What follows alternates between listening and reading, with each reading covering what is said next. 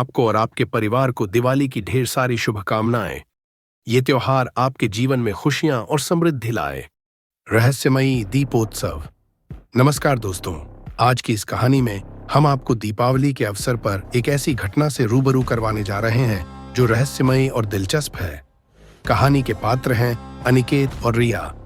दोनों चचेरे भाई बहन हैं और हर साल की तरह इस बार भी गांव में अपनी दादी के घर दीपावली मनाने आए हैं। रात का समय है, आकाश में तारे झिलमिला रहे हैं और दीपावली के दिन चारों ओर दियों का उजाला फैल गया है। दादी की पुराने जमाने की हवेली में चारों ओर दीप जलाए गए हैं। अनिकेत और रिया दादी के पास बैठे हैं।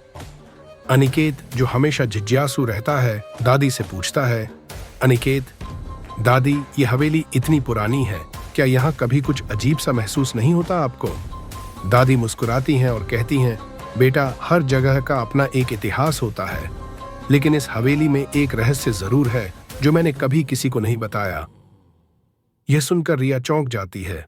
रिया, रहस्य? कैसा रहस्य दादी? दादी गहरी सांस लेते हुए कहते हैं कि दीपावली की रात को इस हवेली के पीछे वाले बगीचे में एक पुराना दिया अपने आप जलता है। कोई नहीं जानता कि ये दिया कौन जलाता है और क्यों। मैंने कई बार कोशिश की इसे बुझाने की, लेकिन जैसे ही मैं वापस अंदर आती, वो दिया फिर जल उठता। अनिकेत और रिया दोनों का दिल धड़कने लगता है। अनिकेत मुस्कुराते हुए कहता है, रिया, क्यों ना हम इस बार उस दिए को देखने जाएं? रिया थोड़ी घबराई हुई है। नहीं अनिकेत, ये मजाक नहीं है, हमें दादी की बात माननी चाहिए। लेकिन अनिकेत नहीं मानता और रिया को मनाकर उसे साथ ले जाता है। अनिकेत और रिया हवेली के पिछवाड़े पहुंचते हैं। वहां पहुंचकर वे देखते हैं कि सचमुच एक पुराना दिया जल रहा है। जैसे ही वे उसे छूने के लिए आगे बढ़ते हैं, दिए का लौ अचानक तेज हो जाती है और उनके सामने एक कागज का टुकड़ा आ गिरता है। अनिकेत कागज उठाता है और पढ़ता है, इस दिए को जलाए रखना, क्योंकि यह सिर्फ एक दिया नहीं, बलिदान की लौ है। रिया चौंक कर कहती है, बलिदान? इसका क्या मतलब है? तभी पीछे से किसी के चलने की आवाज आती है। दोनों मुड़कर देखते हैं, लेकिन वहां कोई नहीं है। दोनों का दिल जोरों से धड़कने लगता है। अनिकेत, कहीं ये सब दादी का कोई खेल तो नहीं? रिया उसे घूरते हुए कहती है, अनिकेत, ये मजाक का वक्त नहीं है, कुछ तो अजीब है यहाँ। तभी दिया बुझ जाता है और चारों ओर अंधेरा छा जाता है।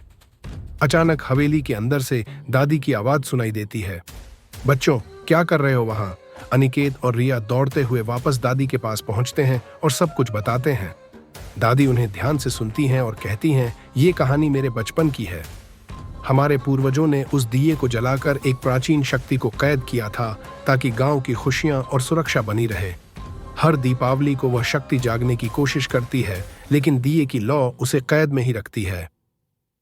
रिया, तो क्या हमें इस दिए को जलाए रखना जरूरी है? दादी मुस्कुराती हुई कहती हैं, बिल्कुल, ये हमारे पूर्वजों की याद है और उनकी कोशिशों का नतीजा है कि आज हम इस खुशी की रात मना रहे हैं।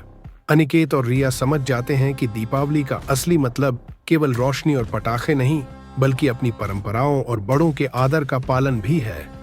दोनों ठान लेते हैं कि हर साल वे इस दिए को जलाएंगे और अपने पूर्वजों की स्मृति को हमेशा जीवित रखेंगे। मॉरल: दोस्तों, इस कहानी से हमें यह सीख मिलती है कि हर त्योहार की अपनी एक कहानी, परंपरा और महत्व होता है। हमें केवल आधुनिकता में खोकर नहीं, बल्कि अपनी पुरानी परंपराओं का भी आदर करना चाहिए।